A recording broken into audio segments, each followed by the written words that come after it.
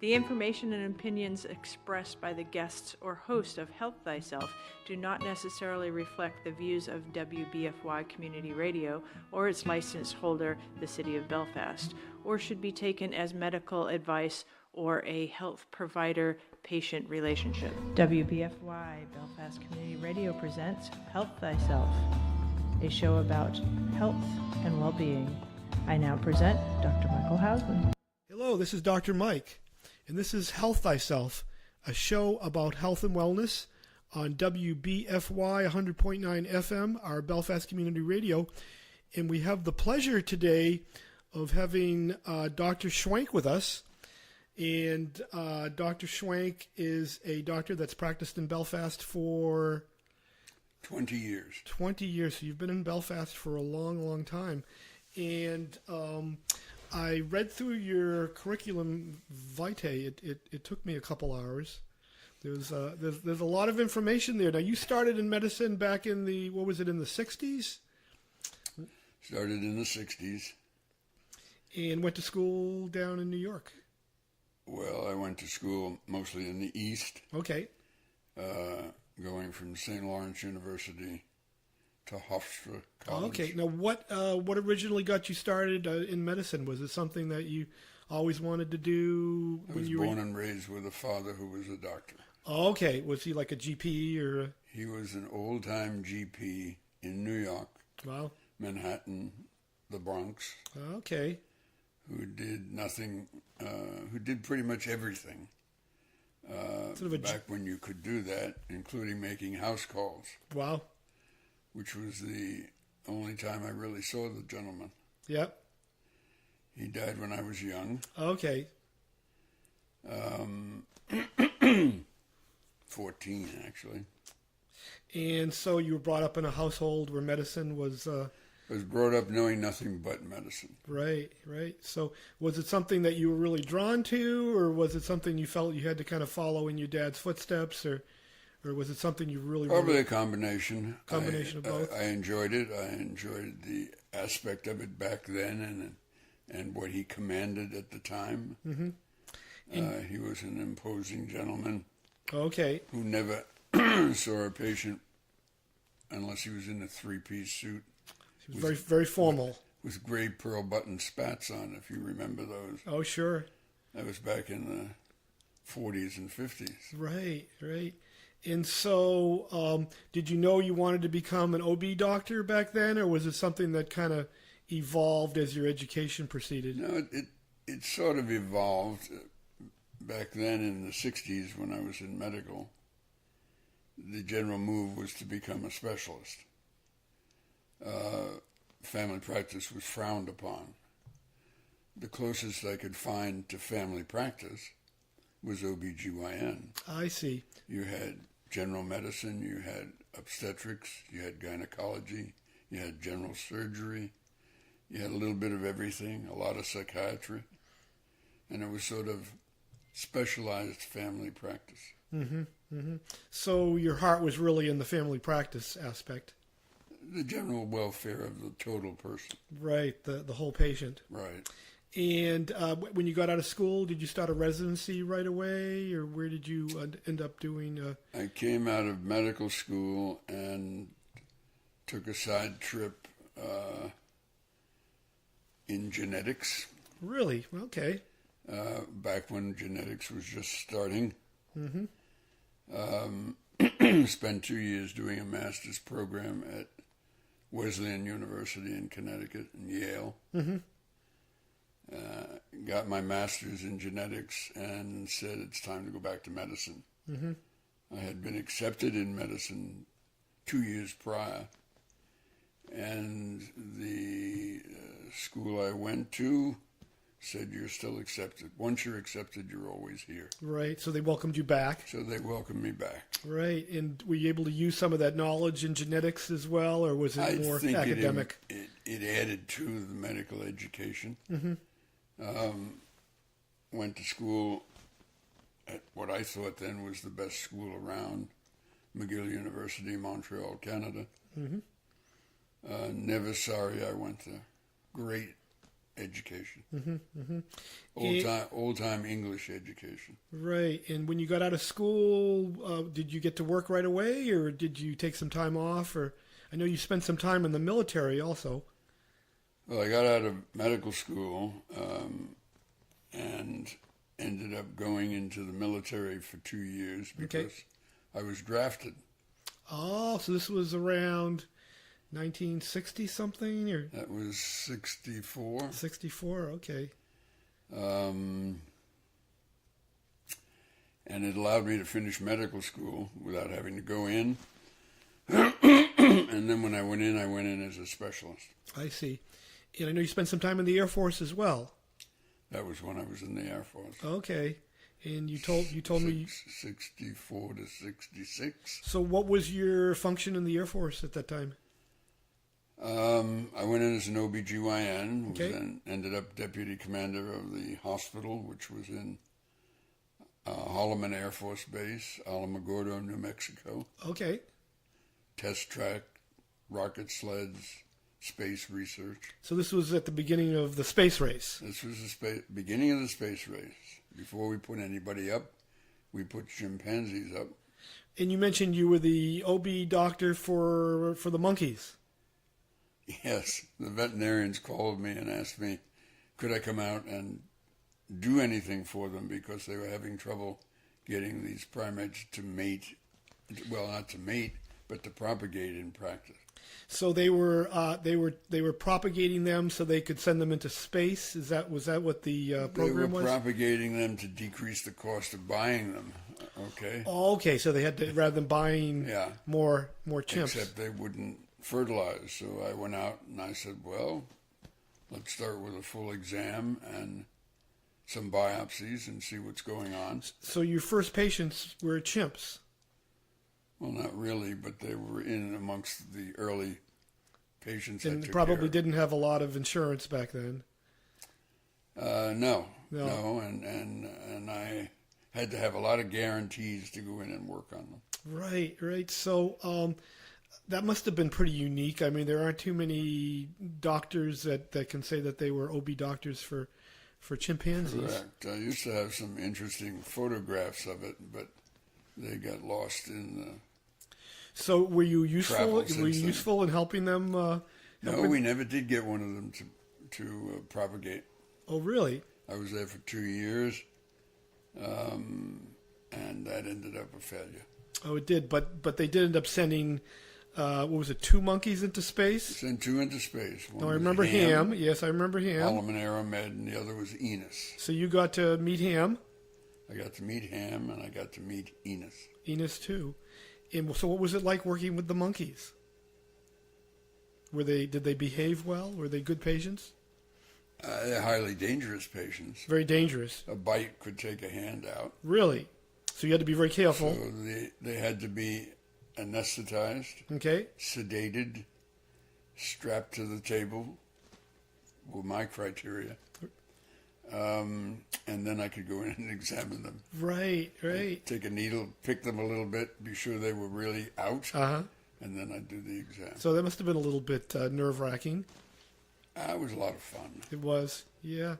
Yeah. And Ham ended up going into space, and Ham and Enos went into space. now I never remember Enos for some reason.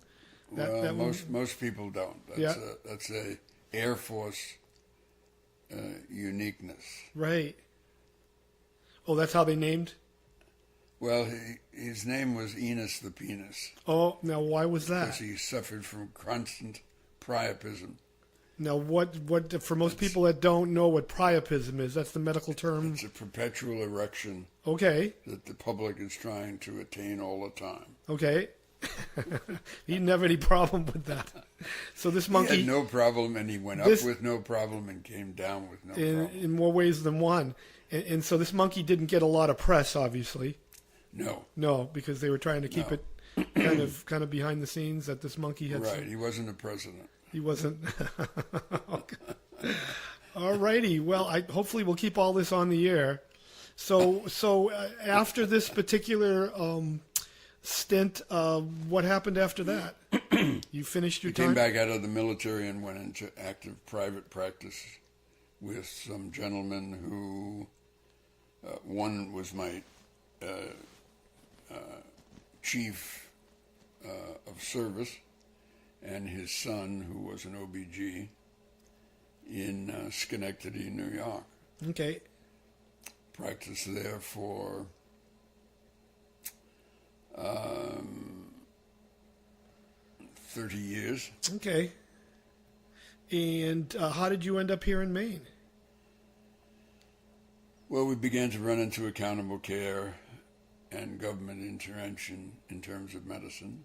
So medicine was starting to go through some changes back then, or? Yes, it was. Yeah, and Rockefeller was governor of New York, wanted to be president, put in managed care in Albany, Schenectady, upstate New York within 3 years. And how did that change your practice or the way that you practiced? It limited a lot the physician's income and their method of practicing private practice to group practice. Some of it was good, curtailed some of the problems in medicine. Some of it I don't think is as good. It's resulted in, I think, loss of personalized care. You mean the beginning of that kind of shift that was going on? And I came to Maine because Maine didn't have it at that time. I see. It wasn't just the beauty and the nature and... Well, I did enjoy the beauty and nature. Had gotten and married a young lady from Maine. Okay. Which convinced me that this was a good state to go to. Sure. And went from there. It was... And was that an easy transition to make between leaving New York and coming up to Maine? Or? Yes. It was. Back then, medicine was still pretty much private individual practice. Right. You would develop your own systems and take care of people appropriately. Based on what the way you practiced and the way you wanted to practice. Correct. And what you had and the education you had. Right. It wasn't being dictated by an outside... Protocol wasn't the primary mover. Right. Gotcha. And so did you start right out at Waldo County back then, or did you have your own practice, or how did you... I came up, we were living in down east, Ellsworth. Okay. Started in Ellsworth. Was not happy with the situation from the provincial aspect of it. Now, what do you mean by provincial? Step down coming from a tri-city, high-density area to a rural area. Right.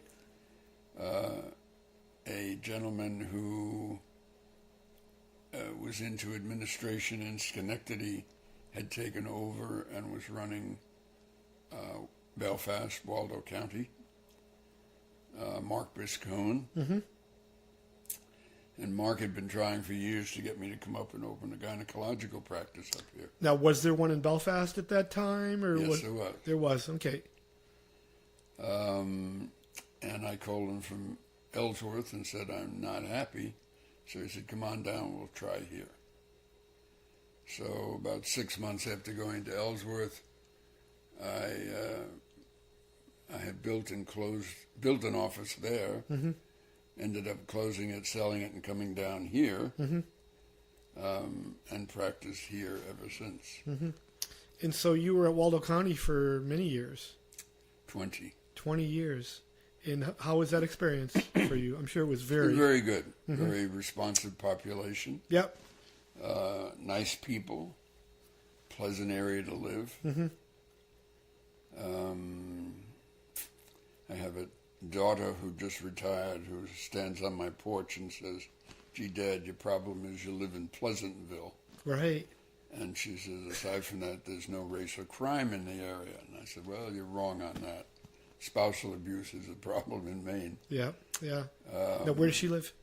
She lives outside of Washington. She's a CIA exec. Wow.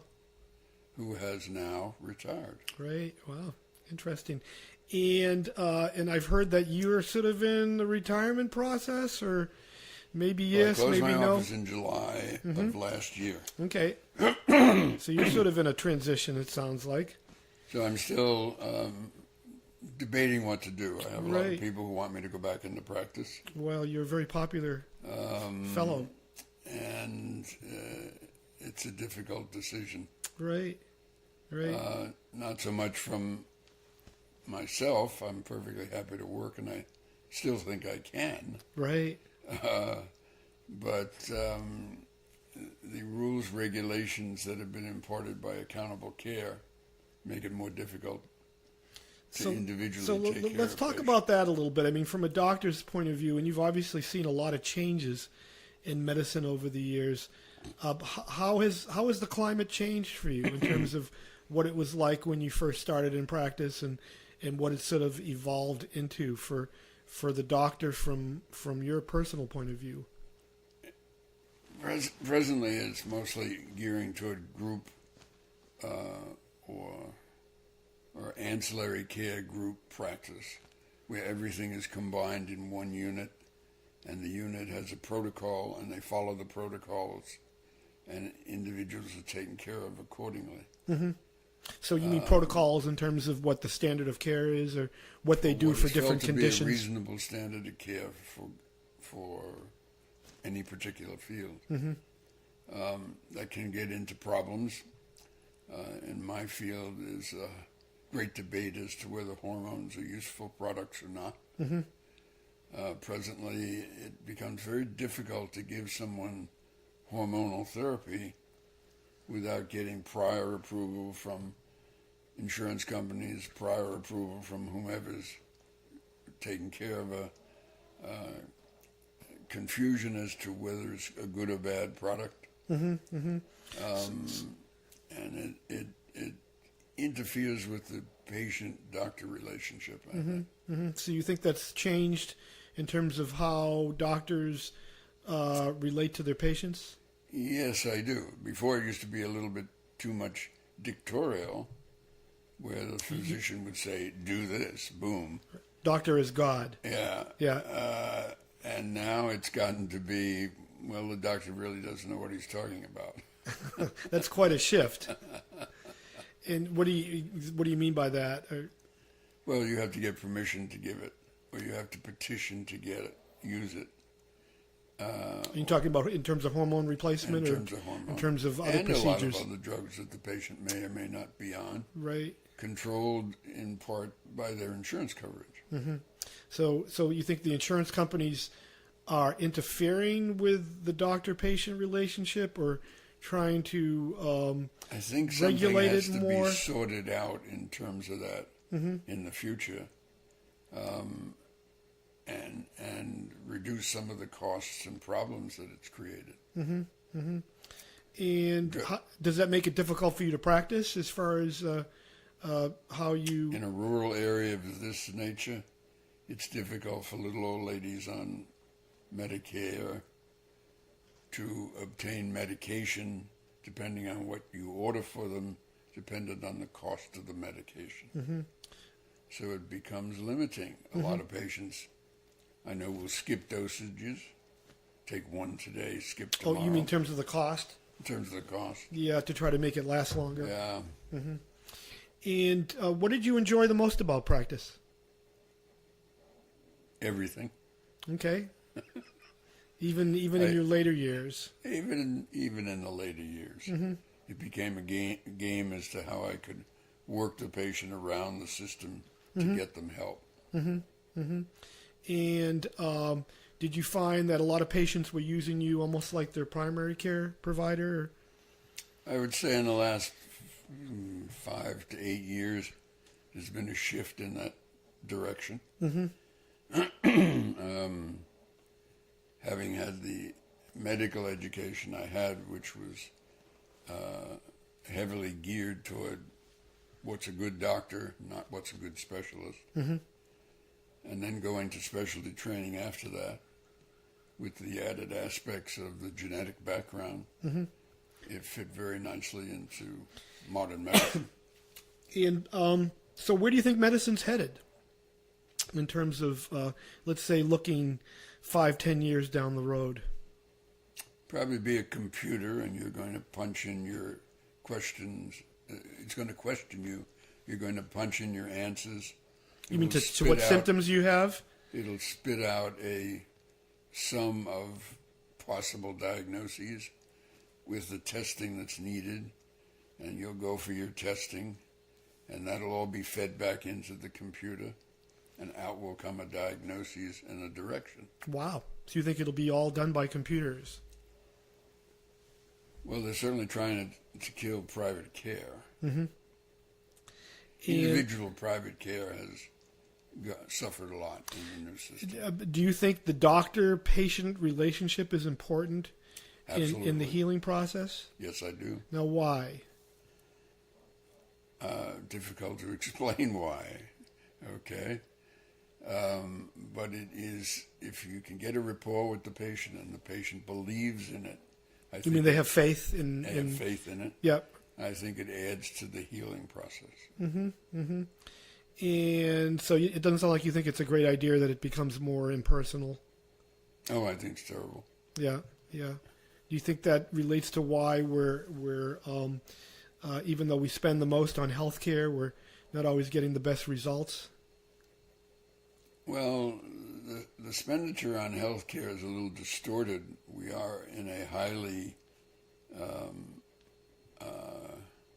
progressive medical society where all new things are brought in and advances are made in the States above and beyond most other countries. Mm-hmm. That's an expensive way to go. In terms of the price of technology. Somebody's got to pay for that tech. Right, it's kind of passed on. And we're caught up with some of that so that our expenses seem way out of proportion. Mm-hmm. I question how much of our expenses presently might be influenced by the aspect that you don't have that kind of high specialty care. You're spreading the care out with a lot of ancillary help, and no one's looking at the whole person, mm-hmm. Which is a great loss. You mean in terms of their emotional, spiritual... Everything adds to the end result. Right. So you don't think it's just a question of mechanically treating people based on their symptoms? No, sir. No, not at all. There's something else going on there. Right. Yeah. And so how do you think that needs to be changed? Or can it be changed? Do you think it's just really a question of trying to make healthcare as efficient as possible as far as financially? In other words... I think as it becomes more efficient, the cost will go down. Mm-hmm. But I think the care will go with it. Mm-hmm. As far as the quality of care? As far as the quality, yeah. Mm-hmm. Okay. And we hear nowadays it's becoming more and more difficult for people to find a primary care provider, where a lot of doctors aren't accepting new patients. Is that because there's so much in terms of specialties that are... Specialties have declined to a great degree, and there was a move in the 90s, 2000, 2010 to increase the primary care production. We had an influx prior to that of a lot of foreign physicians, and that created a problem and resulted in closure of, or more difficult entry into the country, which resulted in loss of numbers of medical physicians. You've also gotten to a problem where there's been a large move to get women into medicine, and there are a lot of very damn good ones in medicine. But when they came in, no one considered the aspect that half of their time is going to be spent in a second job called motherhood. Mm-hmm. So they're not going to be as intense or as productive as a male who's supporting a family. End result was that the numbers of available physicians for the population increase in size has gone down. And do you think less and less doctors wanted to go into family medicine and I think primary back care then practice? it did, but there was a big push in medicine to say go family medicine. Mm-hmm. So I think that's improving. The problem is we're a long way behind. Mm-hmm. The population is way ahead of us. Mm-hmm. You're getting a lot of people coming out of medicine really before they should from the aspect of managed care, and they don't want to participate in it. Right. Yep. So the physician of 55, 65 is saying, I think I'll stop. Right. You mean they're retiring early or going to a Right. different kind of practice? I just kept right on going, but Right. And you're how old now, if I may ask? I'm just a young man. You're just a young man. Okay. Well, that's a good thing. And so it almost sounds like you'd like to keep going. As long as I have the brain power to understand what I'm doing, I Right. should be able to keep going. Yeah, Correct. yeah. I was just watching a video the other day of a 92-year-old woman who specialized in women's health care that was still practicing and still sounded very sharp. And so age doesn't necessarily have to be a factor. No, I think I'm doing pretty good for my age. Right. So what do you do to keep yourself healthy and keep yourself sharp? What Pay kind attention, exercise, Mm-hmm. and once a day is reasonable, even if it's for 15 minutes. Mm-hmm. So You don't have exercise. to be Schwarzenegger. You can use 5-pound weights. Yep.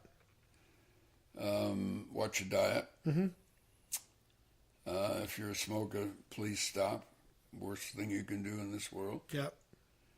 I'm not against a little alcohol, but you have to do it in moderation. Mm-hmm. Mm-hmm.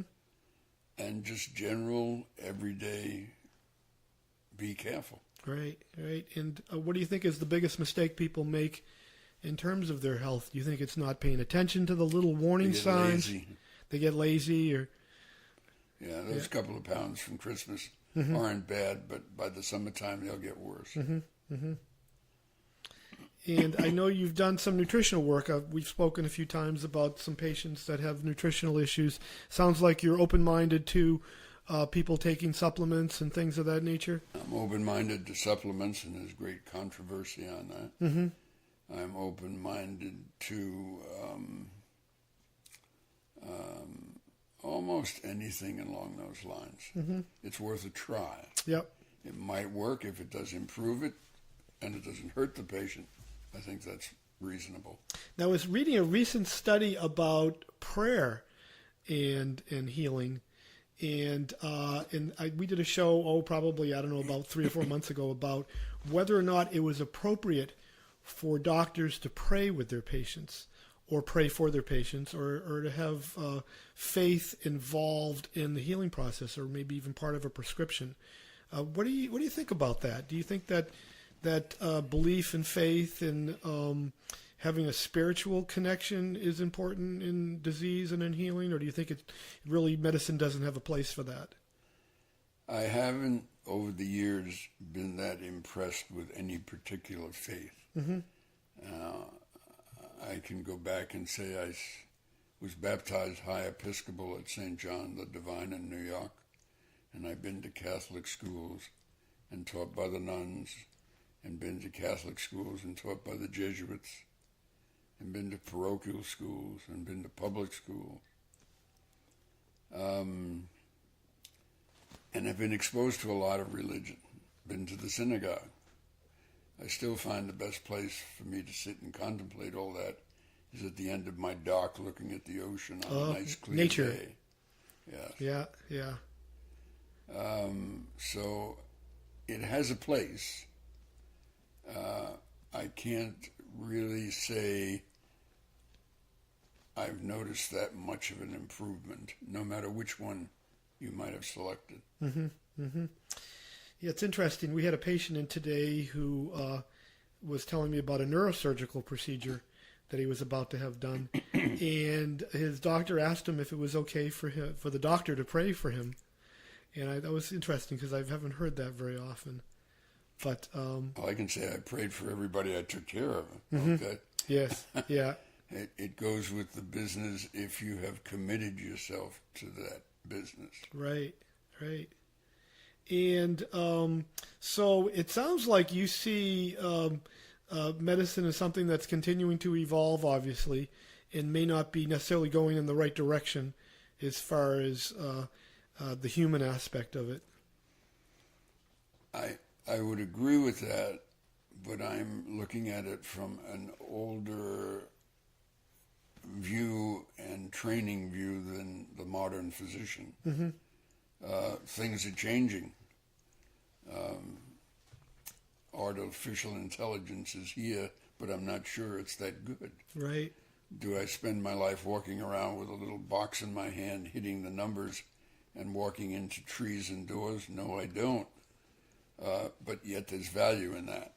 Right. I don't think the proven value of the changes are there, and I'm certainly not appreciating from looking at it from a older view of what was there before. Right, right. Well, it's been interesting talking to you, Dr. Schwenk. Unfortunately, we are just about out of time. I'm sure we could go on like this for probably a long, long time. We can have fun on a lot of topics. We can, and it's been great having you on the show. We're certainly going to have you back. So this is Dr. Mike. Once again, this is Health Thyself. If you do have any questions or comments, please feel free to message them on our Facebook page or on the WBFY website. And again, I thank you for listening to our show, and have yourself a wonderful day.